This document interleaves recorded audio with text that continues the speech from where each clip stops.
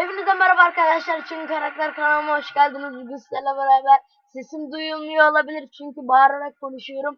Oyunun sesi çok. Bugün sizlerle beraber korna sistemimi gösteriyorum. Hemen başlatacağım.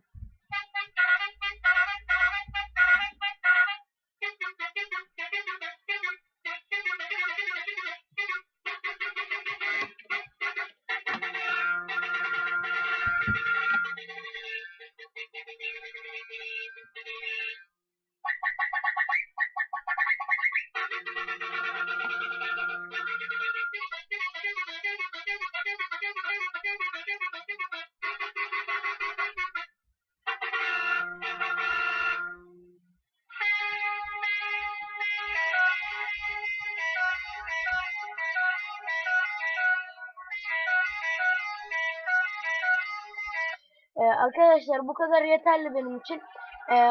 Daha sonra daha sonra Euro Truck videolarımda yük taşıma videolarımda ben bunun devamını full göstereceğim.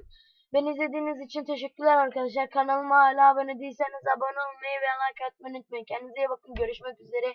Bay bay.